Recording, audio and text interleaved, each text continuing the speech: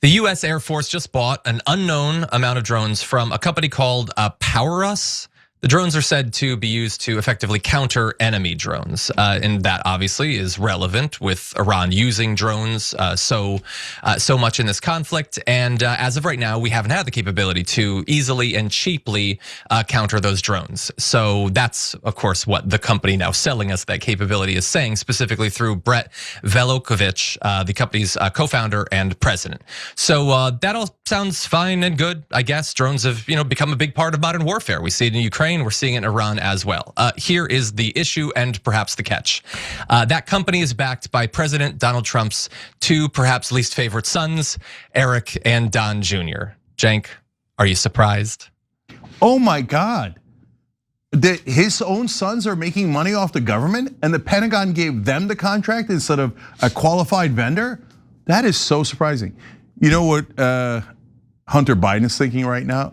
Oh, why didn't I think of that? So what you're gonna see in this story is massive corruption. And I wanna tell you about not just this project, but several different projects that Trump's kids are doing and how much they're robbing us blind. 100%. I thought the exact same thing. Remember when a president's son being on a board was scary and suspicious, but apparently not so much anymore. So let's talk more about this deal. They apparently did a demonstration in Arizona. I guess it went well. I don't know anything about the technology not necessarily working. It's just suspicious that once again, money is going to be going to Donald Trump's family. The deal represents the first sale of this kind of weapon. Basically, it flies up into the air, blows up enemy drones. It's the first time that they've actually done this. The company declined to detail the terms of the deal or the size of the contract, but the military frequently enters into such deals as it weighs whether to adopt a new weapon system. And why would we need to know the terms of the deal or how much is being spent? Why would we're not Trump's family members? We don't need information or money. We should have been born a Trump if we wanted access to these things. In any event, the war has already cost a lot. We have some inkling of how much, I guess. But here is Pete Hegseth, who's been testifying sort of throughout this week, talking about the ongoing and ever increasing cost of this stupid war. How much it will cost Americans in terms of their increased cost in gas and food over the next year because of the Iran war?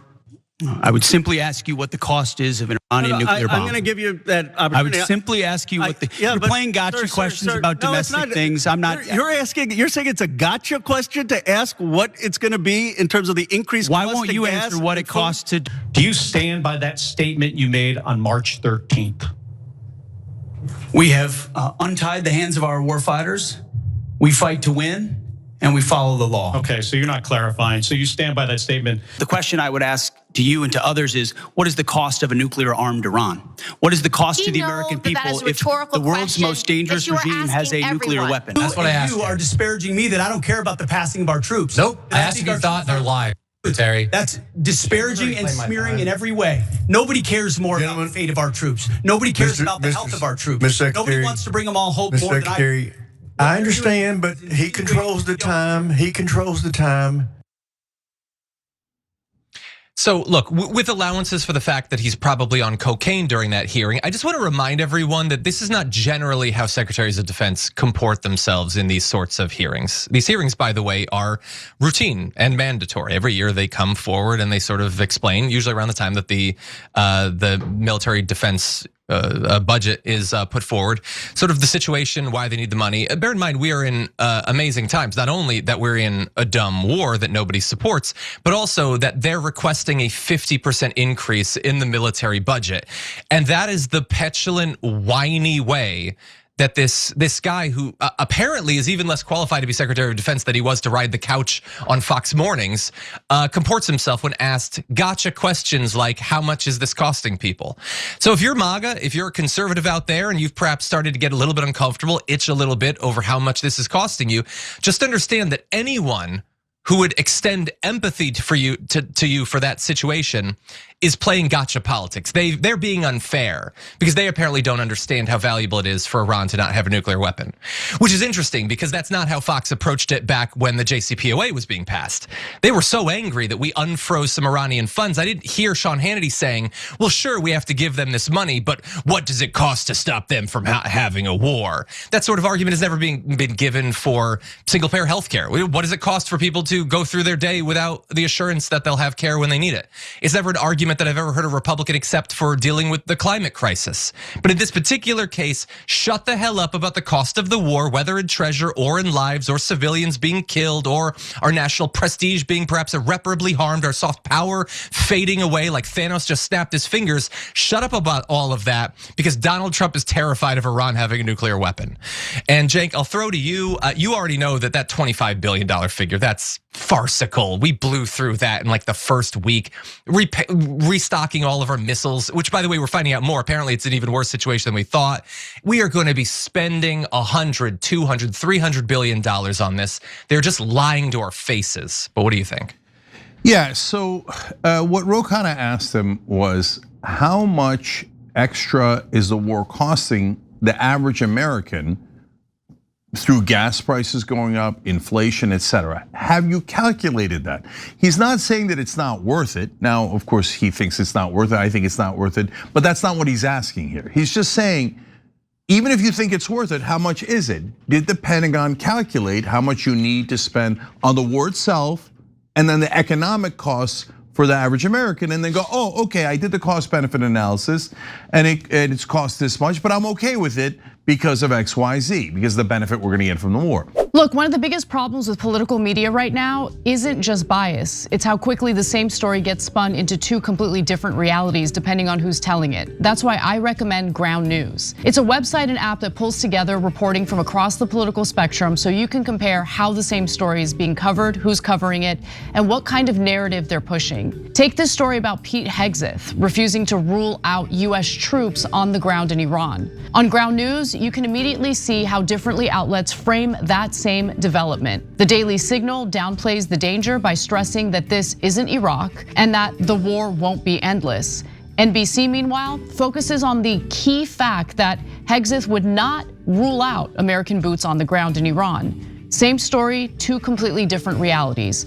And Ground News makes that obvious right away. You can compare headlines side by side, see the bias distribution of the coverage, check the factuality ratings of the sources, and even see who owns the outlets behind the reporting. That matters because once you understand how stories are being framed, you start to see how public consent gets manufactured. Ground News also has a blind spot feed that highlights stories that one side of the political spectrum is barely covering. So you're not just trapped inside the version of the world your algorithm wants to feed you. If you're tired of being fed somebody else's narrative, I genuinely recommend Ground News.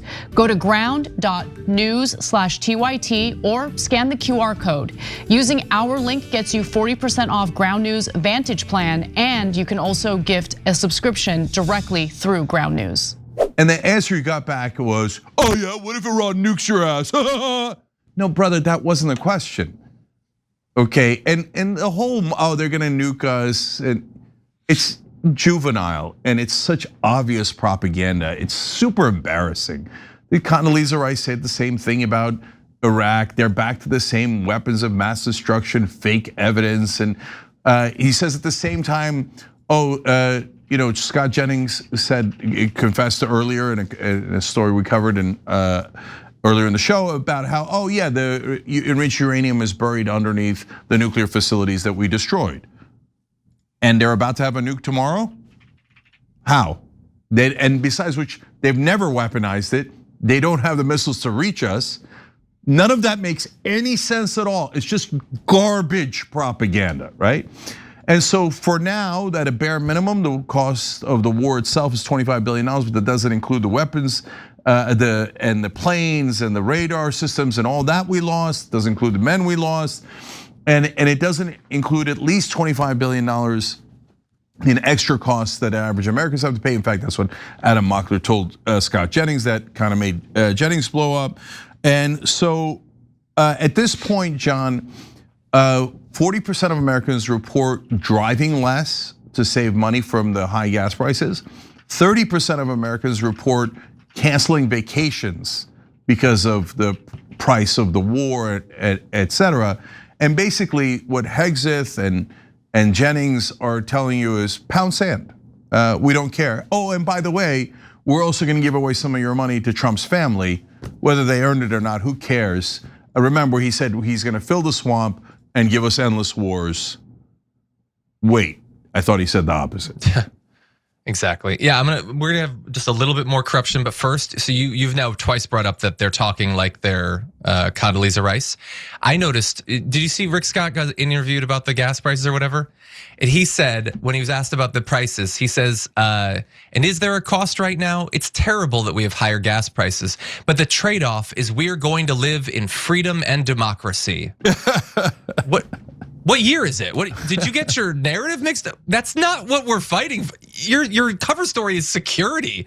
Our Constitution doesn't ride on whether Tehran gets this weapon or whatever. They're not even trying to update the rhetoric, and it's so frustrating. Hey, John, I'm just gonna jump in for one quick second on that. Like the Israelis are so cocky now. They're like, we got them by the right, like so we don't have to do anything. Hey, just give me the same talking points from Iraq. It doesn't matter. There are dogs. There are servants. Scott Jennings will say it. Pete Hegseth will say it. Donald Trump will say it. Yeah, it's the same warmed over BS that the American people absolutely despised. But who cares about the American people?